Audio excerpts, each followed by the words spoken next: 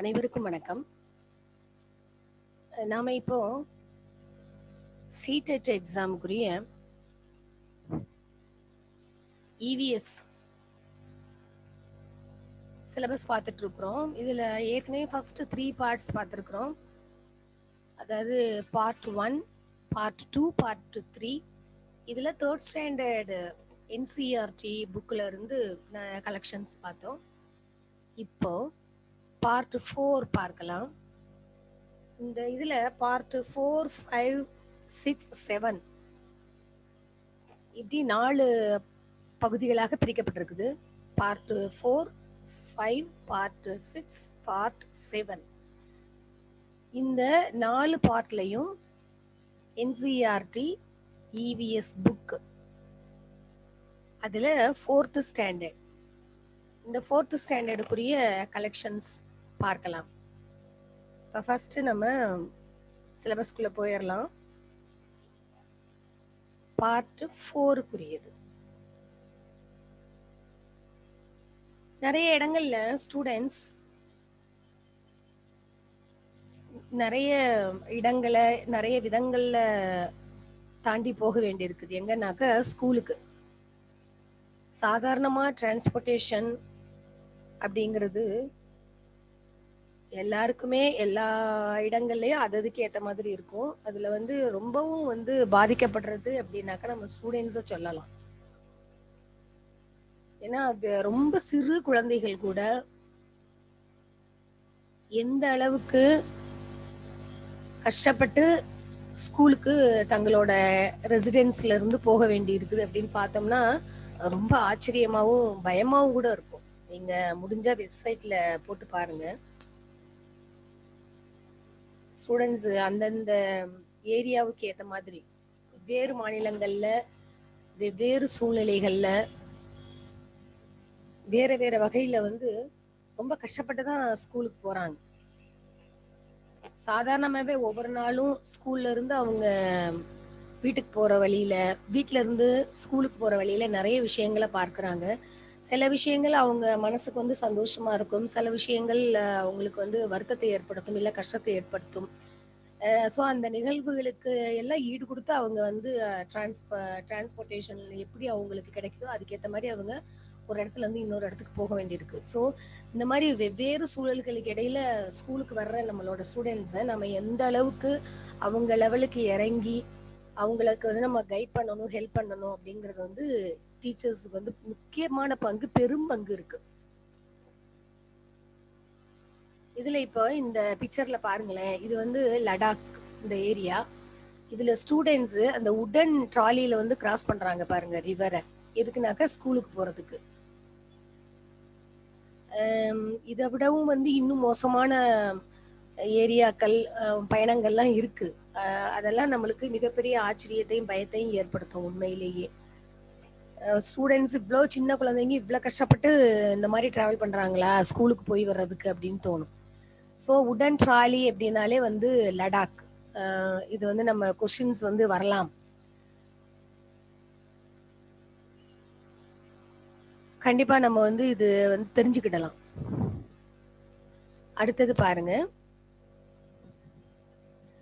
சாதாரணமா இந்த வாட்டர் பாடிஸ்ல எல்லாம் நம்ம பயன்படுத்துறதுக்கு, அதாவது இந்த பக்கம் இக்கரையில இருந்து அக்கறை போறதுக்கு பல்வேறு வகைகள், பல்வேறு வழியில நம்ம பயன்படுத்துறோம் அதை கிராஸ் பண்றதுக்கு. அதுல கொஞ்சம் பயம் இல்லாமைன்னு கூட சொல்லலாம். அந்த மாதிரி கிராஸ் பண்றதுக்கு பயன்படுறது இந்த மாதிரியான பிரிட்ஜஸ். ஸ்கூல் ஸ்டூடெண்ட்ஸ் போயிட்டு இருக்கிறாங்க பாருங்க, அது மட்டும் கிடையாது, சாதாரண மக்களுமே இந்த மாதிரி வெவ்வேறு வகைகள்ல தான் பயணிக்கிறாங்க. இந்த cement bricks and iron rods இதை கொண்டு இந்த மாதிரியான சிமெண்ட் பிரிட்ஜஸ் உருவாக்கப்படுகிறது. அடுத்தது இப்போ சிமெண்ட் பிரிட்ஜுக்கும் பேம்போ பிரிட்ஜுக்கும் என்ன வித்தியாசம் அப்படின்னா, மன்னிக்கணும், பேம்போ பிரிட்ஜஸ் ஸ்டிக்னாலையும் ரோப்ஸ்னாலையும் போல்ஸ்னாலையும் உருவாக்கப்படுகிறது. ஆனால் அதே இது இந்த மாதிரியான பிரிட்ஜஸ், அதாவது சிமெண்ட் பிரிட்ஜஸ் உருவாக்குறதுக்கு நம்மளுக்கு என்ன பயன்படுத்தப்படுகிறது அப்படின்னாக்கா cement bricks and iron rods. ரெண்டாவது இந்த பேம்பு பிரிட்ஜை விட சிமெண்ட் பிரிட்ஜ் வந்து ரொம்ப ஸ்ட்ராங்கா இருக்கும்.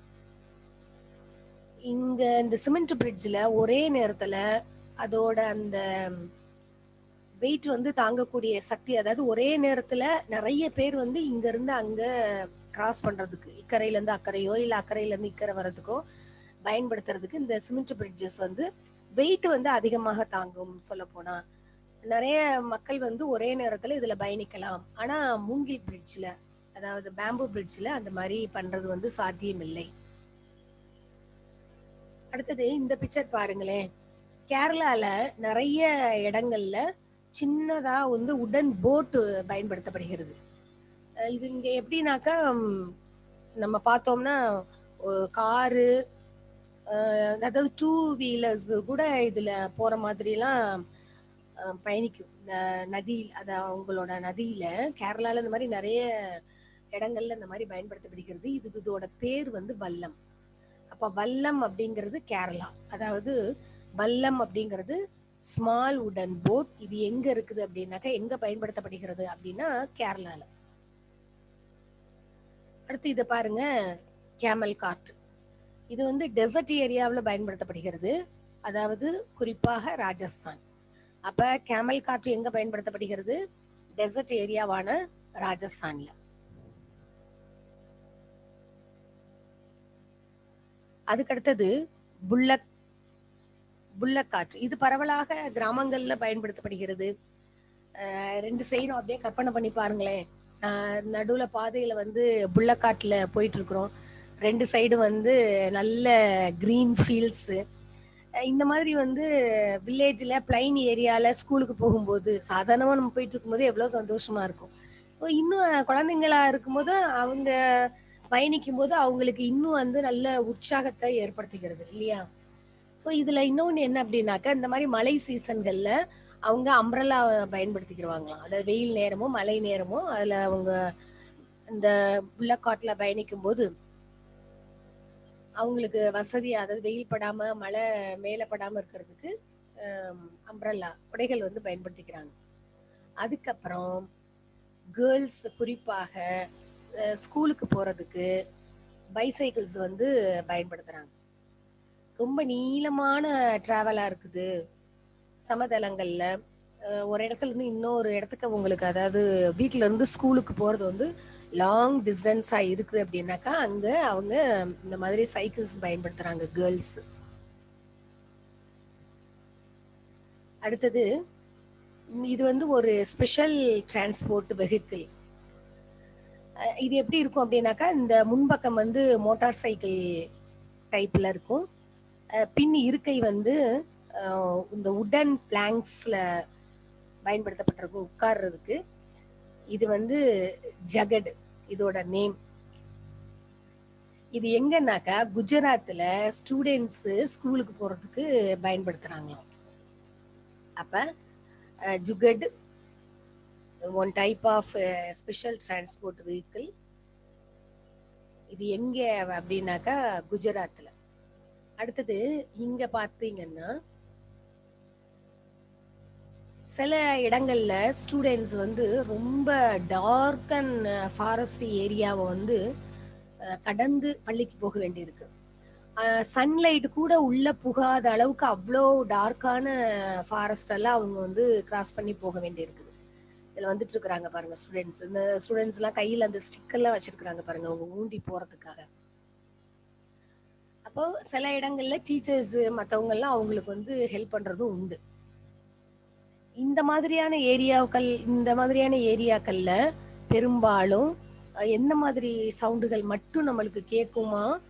இந்த பேர்ட்ஸோட சவுண்டு, அதுக்கப்புறம் வேற ஏதாவது இந்த ஊர்வன பரப்பன அந்த மாதிரி சின்ன சின்ன அதுகளோட சவுண்ட்ஸ் மட்டும்தான். அதாவது அந்த அளவுக்கு வந்து ரொம்ப அமைதியாக அந்த இடம் வந்து இருக்குமா. அப்ப மொத்தமா எல்லாரும் போகும்போது அவங்களுக்கு வந்து ரொம்ப ஜாலியா இருக்குமா இருக்கும். சப்போஸ் ஸ்ட்ரென்த் வந்து ரொம்ப கம்மியா கிராஸ் பண்ண வேண்டி இருக்குது, ஒரு 4-5 பேரு இல்லைன்னா 2 பேரு ஒருத்தர் அந்த மாதிரி எல்லாம் போக வேண்டி இருக்கும்போது அவங்களோட அந்த குழந்தைங்களோட மனநிலை பாருங்க எப்படி இருக்கும்னு. இந்த மாதிரி கூட்டமா போகும்போது அவங்களுக்கு வந்து ஜாலியா இருக்கும். ஆனா சில நேரங்கள்ல இந்த மாதிரியான காடுகளை கடக்க வேண்டி இருக்கும் பொழுது நம்மளுக்கு டேஞ்சரஸ் அனிமல்ஸையும் அவங்க வந்து ஃபேஸ் பண்ண வேண்டி இருக்கும் இல்லையா? இந்த மாதிரி இடங்கள்ல ரொம்ப மழை விழுகிற ஏரியாவா இருந்தா சில நேரம்லாம் ஒண்ணு டக்குன்னு வந்து இருட்டிரும். அந்த மாதிரி இருக்கும் போதெல்லாம் அவங்க வந்து எந்த அளவுக்கு அவங்களோட மனநிலை வந்து அது அவங்க ஸ்ட்ரென்தனா இருக்க வேண்டி இருக்கு பாருங்க. அடுத்தது இதுல பாத்தீங்கன்னா ஸ்னோ ஃபுல்லா கவர் ஆயிருக்கு. இந்த மாதிரி ஏரியாக்களையும் வந்து குழந்தைகள் கடந்து பள்ளிக்கு செல்ல வேண்டி இருக்குது. இது எங்கன்னாக்கா குறிப்பாக நார்த்தன் ஹில்ஸ். இந்த மாதிரி அவங்க கிராஸ் பண்ணி போகும்போது பாதுகாப்புக்காக ஒருத்தரோட கையை இந்த மாதிரி ஒருத்தர் வந்து கோர்த்துக்கிட்டு இறுக்கமா பிடிச்சுக்கிட்டு அவங்க வந்து மைல் கணக்குல இந்த மாதிரியான ஸ்னோ ஹில்ஸ் எல்லாம் வந்து கடந்து பள்ளிக்கு போய் வர வேண்டி இருக்கிறது. அடுத்தது இதோட மட்டும் கிடையாது, இன்னும் சில ஏரியா எடுத்தீங்கன்னா ராக்கி அண்ட் அன்ஈவன் பாத்ஸ், இந்த மாதிரி அதாவது மேடு பள்ளங்கள் நிறைந்த நிறைய வந்து கரடு முரடான பாறைகள் சூழ்ந்த இந்த மாதிரியான ஏரியாக்களையும் வந்து கடந்து பள்ளிக்கு குழந்தைகள் சென்று வர வேண்டியிருக்கிறது. இந்த முக்கியமான ஏரியா இது எங்க அப்படின்னாக்கா உத்தரகாண்ட். இப்போ to cross snow hills for going to ஸ்கூல்னா வந்து நார்த் ஹில்ஸ். இங்க வந்து use rocky and uneven paths வந்து உத்தரகாண்ட். இவங்க வந்து எப்படின்னாக்கா இந்த ஏரியாவிலேயே இருக்கிறாங்க அப்படின்னாக்கா அவங்களுக்கு வந்து கொஞ்சம் ஈஸியா இருக்குமா இருக்கும். இப்ப இதே இது மேல இருந்து அடுத்து வந்து மேல இருந்து கீழே போறதுக்கோ கீழே இருந்து மேல வர்றதுக்கோ அவங்க அதுக்கு ஏத்த மாதிரி வழிகள் போக வர வந்து கொஞ்சம் ஓரளவு எந்த அளவுக்கு வசதி செஞ்சு கொடுக்க முடியுமோ அந்த அளவுக்கு அவங்க வந்து செஞ்சிருப்பாங்க. ஸோ அவங்க ஓரளவு வந்து ஈஸியா போயிட்டு வர்ற மாதிரி இருக்கும். இதே இது இந்த சரிவு இல்லை வேற ஏதாவது நேச்சுரல் டிஃபிகல்ட்ஸ் ஏதாவது ஒரு வகையில ஏற்பட்டுச்சு அப்படின்னாக்கா அவங்களுக்கு அப்ப கஷ்டமா இருக்கும்.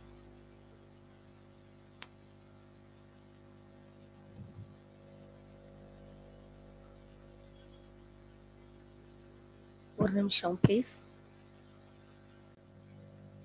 இதுல மேல வந்து சில அனிமல்ஸ் நேம்ஸ் கொடுத்துருக்குது,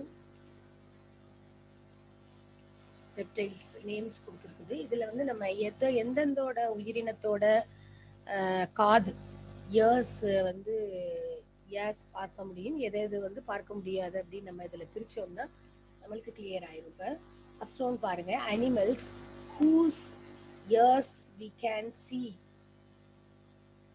இதுல first one deer, tiger, pig, buffalo, giraffe, elephant and cat. இப்போ நம்மளுக்கு எப்படி காதுகள் வந்து பார்க்கிற மாதிரி இருக்குதோ வெளியில தெரியுற மாதிரி இருக்குதோ அதே மாதிரி இவைகளுக்கும் இருக்கும். இதே இது animals whose ears that we cannot see, பார்க்க முடியாம, அதாவது சிலது வந்து அனிமல்ஸ் அந்த காதுகள் வந்து இல்லாம வேற ஒரு மூலமா அவங்க வந்து ஃபீல் பண்ற மாதிரி இருக்கும். இல்ல இப்போ பேர்ட் அப்படின்னு எடுத்துக்கிட்டோம்னாக்கா அதோட இறக்குகள் வந்து அந்த காதை மறைச்சிருக்கலாம், அந்த மாதிரி இருக்கும். இப்போ இதுல பாத்தீங்கன்னா frog, then fish, ant, crow, sparrow, snake, lizard, duck. இவைகளோட காதுகளை வந்து நம்ம நேரடியாக அதாவது வெளியில பார்க்க முடியாது. அடுத்தது animals with ears like fans, elephant. இது வந்து தன்னோட காதுகளையே விசிறி மாதிரி பயன்படுத்திக்கிட்டு வீசிக்கிறதும் உண்டு. வேற எதுவும் இன்செக்ட்ஸ் பேர்ட்ஸோட தொல்லை இருந்துச்சுன்னா அதை வச்சு அசைச்சு எப்படி விரட்டிக்கிறோம். அதாவது இதோட காதுகள் வந்து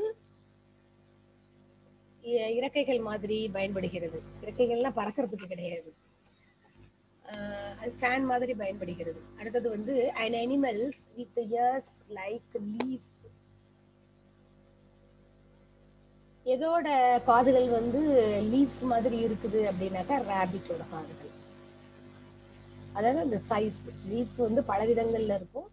அதுல ஒரு விதம் வந்து ஒன் டைப் ஆஃப் லீவ் இதோடது மாதிரி இந்த லீஃப் மாதிரியே இருக்கிறது வந்து ரேபிட். நம்ம சாதாரணமா லீஃப் அப்படின்னாலே இந்த சைஸ்ல தான் நம்ம வந்து வரைவோம் இந்த மாதிரி. ஸோ அதுக்கேற்ற மாதிரி இருக்கும்.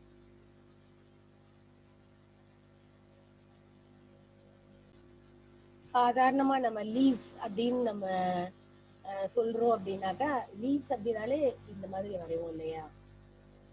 லீவ்ஸ்ல இந்த மாதிரி போடுவோம், கொஞ்சம் நல்லா இல்லை இந்த மாதிரி போடுவோம் இல்லையா? ஸோ அதோட அது மாதிரியே ரேபிட்டோட காதுகள் இருக்குது. நம்மளுக்கு வந்து இந்த மாதிரி லீவ்ஸ் வந்து ஞாபகப்படுத்துது அப்படின்னு நம்ம இதை எடுத்துக்கலாம். அடுத்தது an animals with ears on the top of its head.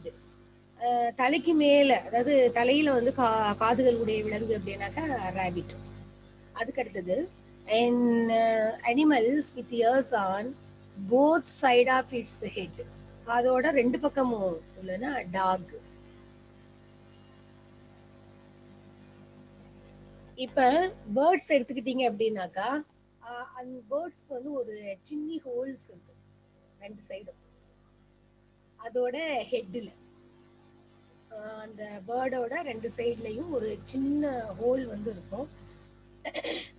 சாதாரணமா இந்த ஹோல்ஸ் வந்து அதோட இறகுகள் இருக்குது இல்லையா, இறகுகள் வந்து கவர் பண்ணியிருக்கும் இந்த ஹோல்ஸ். இதோட உதவினாலதான் அந்த பேர்ட்ஸ் ஏதாவது வந்து அதை கேட்டுக்கிற முடியும். அதாவது இது வந்து காதுகளா இது வந்து செயல்படுது. அதுக்கப்புறம் இந்த இன்னொன்னு வந்து டின்னி ஹோல்ஸ் எதுக்கு அப்படின்னாக்கா லிசார்டோட ஹெட்ல இருக்கும் டின்னி ஹோல்ஸ். இதுதான் இவைகளோட காதுகள். அதுக்கப்புறம் crocodile எடுத்துக்கிட்டீங்கன்னாக்கா லிசார்ட் மாதிரியே தான். ஆனா அவைகளை வந்து நம்ம சாதாரணமா இதை வந்து நம்ம பார்க்க முடியாது. இதோட அந்த டின்னி ஹோல்ஸ் இருக்கிறத நம்ம பார்க்க முடியாது. லிசார்ட் மாதிரியே தான் crocodile இருக்கும். அதோட டின்னி ஹோல்ஸ் இருக்கும் மேல ஹெட்ல. அடுத்தது எலிஃபண்ட் பத்தி பார்க்கலாம். ஒரு நாளைக்கு ஒரு adult elephant 100 kilograms leaves and twigs வந்து சாப்பிடும்னு சொல்றாங்க.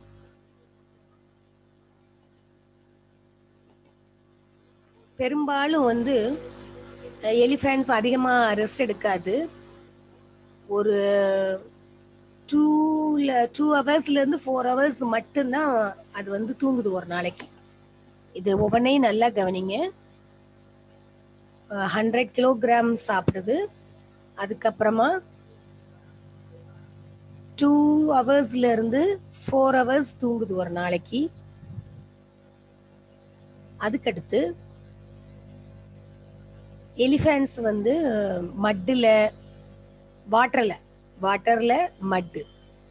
வாட்டர் அண்ட் மட் இதுல விளையாடுறது வந்து அதுக்கு ரொம்ப பிடிக்கும். அதோட இந்த மட் எப்படின்னாக்கா அதோட உடம்ப நல்லா கூலா வச்சுக்கிறோம். அதோட அந்த ஸ்கின்னு, எலிஃபண்டோட ஸ்கின்னு இந்த மட் நல்லா கூலா வச்சுக்கிடும்.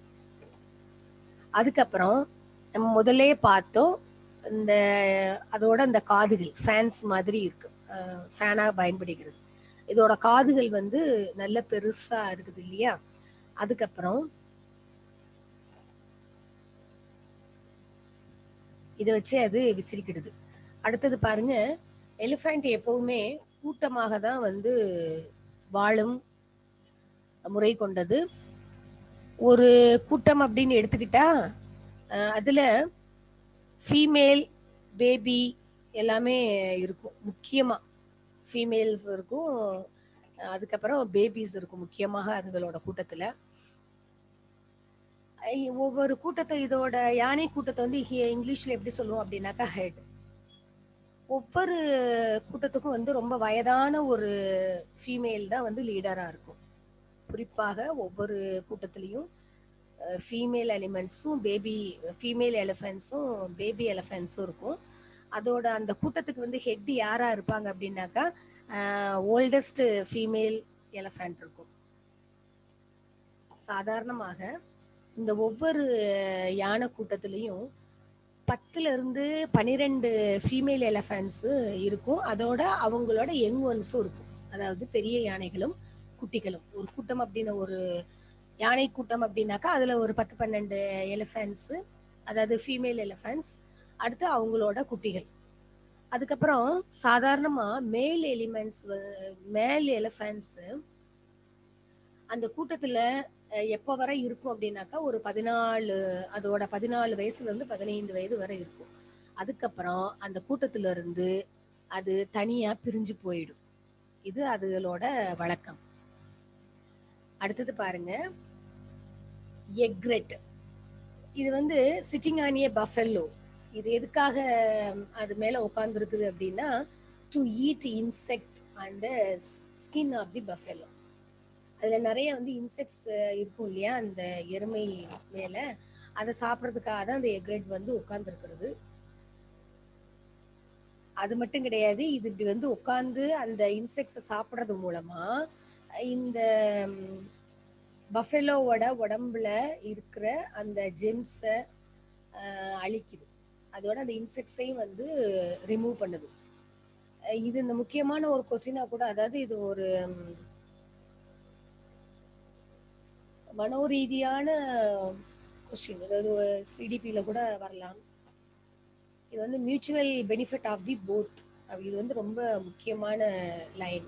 It's a mutual benefit of the both. இவங்க 2 பேருக்குமே, அதாவது ஈக்ரெட்டை பொறுத்தவரை அதுக்கு உணவு கிடைச்சிடுது, இந்த பஃபெலோவை பொறுத்தவரை அது உடம்புல இருக்கிற அந்த இன்செக்ட்ஸ் கொல்லப்படுகிறது, அதோட ஜெம்ஸும் வந்து அழிக்கப்படுகிறது.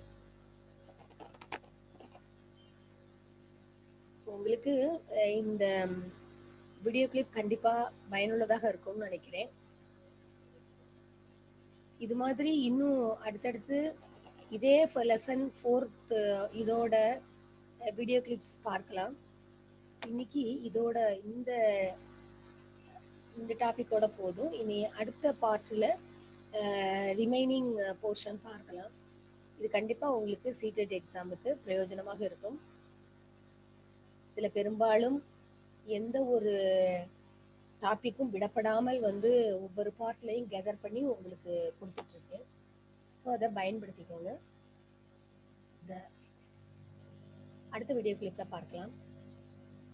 நன்றி.